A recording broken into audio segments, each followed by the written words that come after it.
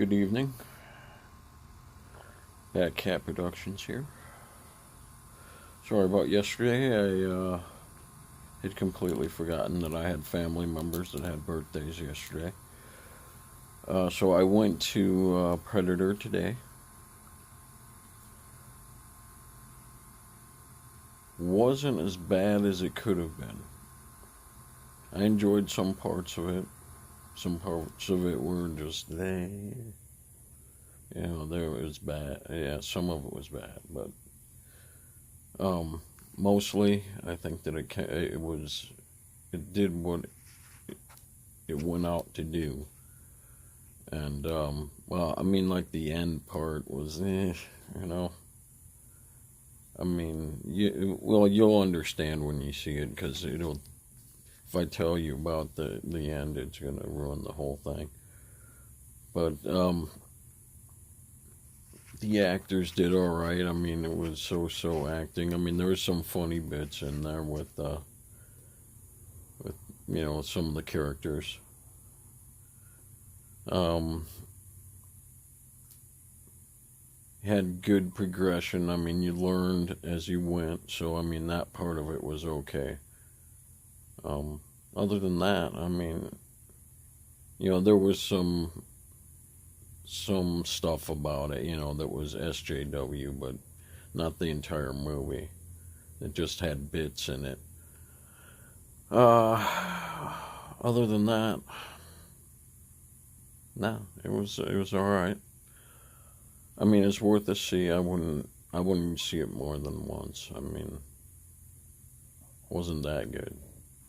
Good enough to go, but not to see it more than once. I definitely wouldn't buy it when it went on DVD. I'd maybe wait until it got on Netflix or something to see it again. Other than that, not a whole lot going on. Um, really just looking,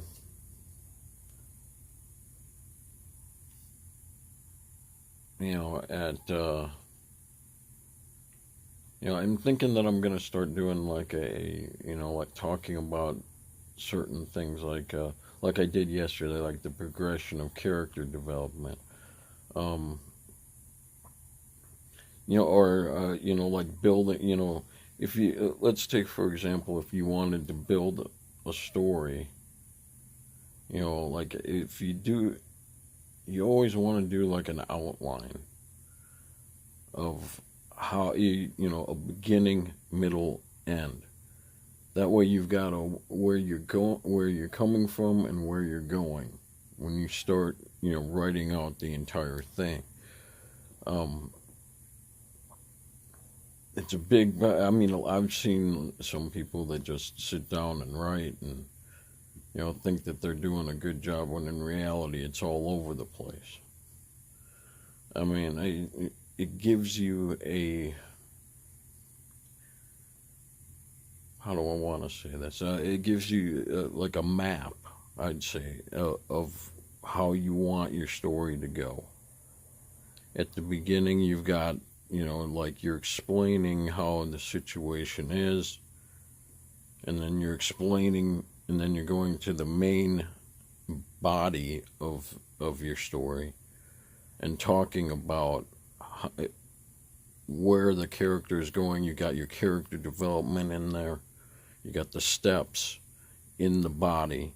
You have the beginning where you're starting from, and then you've got all your development in the body, and then in your conclusion, you're looking at how it all ends up. You've, like it says, it's a conclusion. So what does that body of information allow to happen? And really, I mean that's fairly basic. I mean there's different plot lines in there that you have to do. Like as you're going into your body, you're going to have different plot lines in each section of that body of work.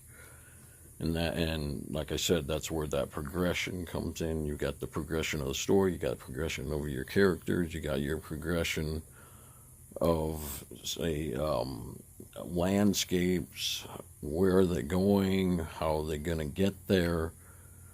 It's so you're looking at basically in that body, 90% of your story is there. Beginning 5, end or conclusion 5. 90% is in the body. So, yeah, I mean, and this is where things break down, I think, for a lot of people, is that, when they get into that body, they're not doing a progression. They're just, they're just writing it out. This is it. When in reality, when you're telling a story, you have to be able to have people understand where that story is going. If you don't know, or I should say, if the customer, well, I guess it is a customer because they're buying your work, but you have to be able to have your readers be able to follow that progression. Like, if I'm not going to go into examples because it'd take forever to go into that. I'm just giving you a basic rundown of what it should be. And I think that that's the biggest problem right now with, let's say, like TV shows and movies, is that they're not going through that. They're not going through, how did I get here? Where am I? Or where is he or her? How did they do this? Where are they going? What is going to get them to that conclusion? It's never. I mean, people think, oh, we just sit down and write, and then oh, there you go. Good luck. I don't think so. I mean, you've really got to sit down and make sure that you have a very good idea of where your story is going and what its impact by the end of the story is going to be.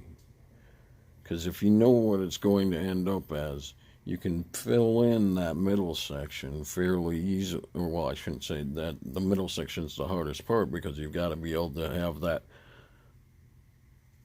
the beginning build up to the conclusion.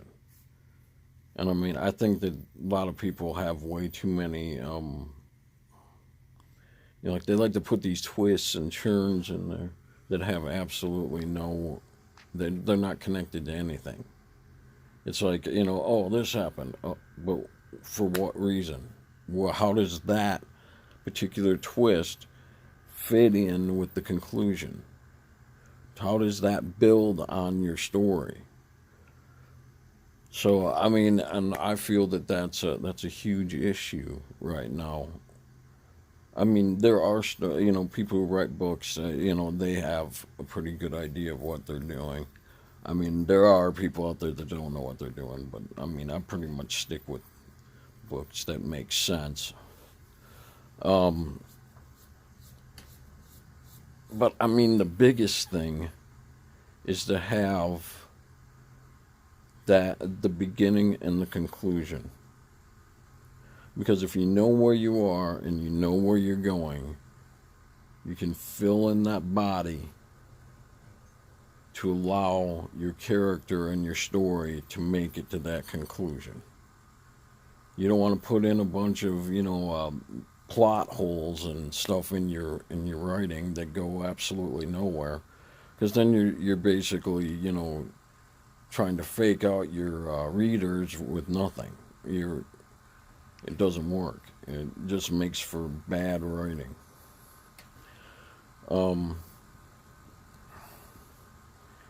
I guess that's really about it for this issue. I think I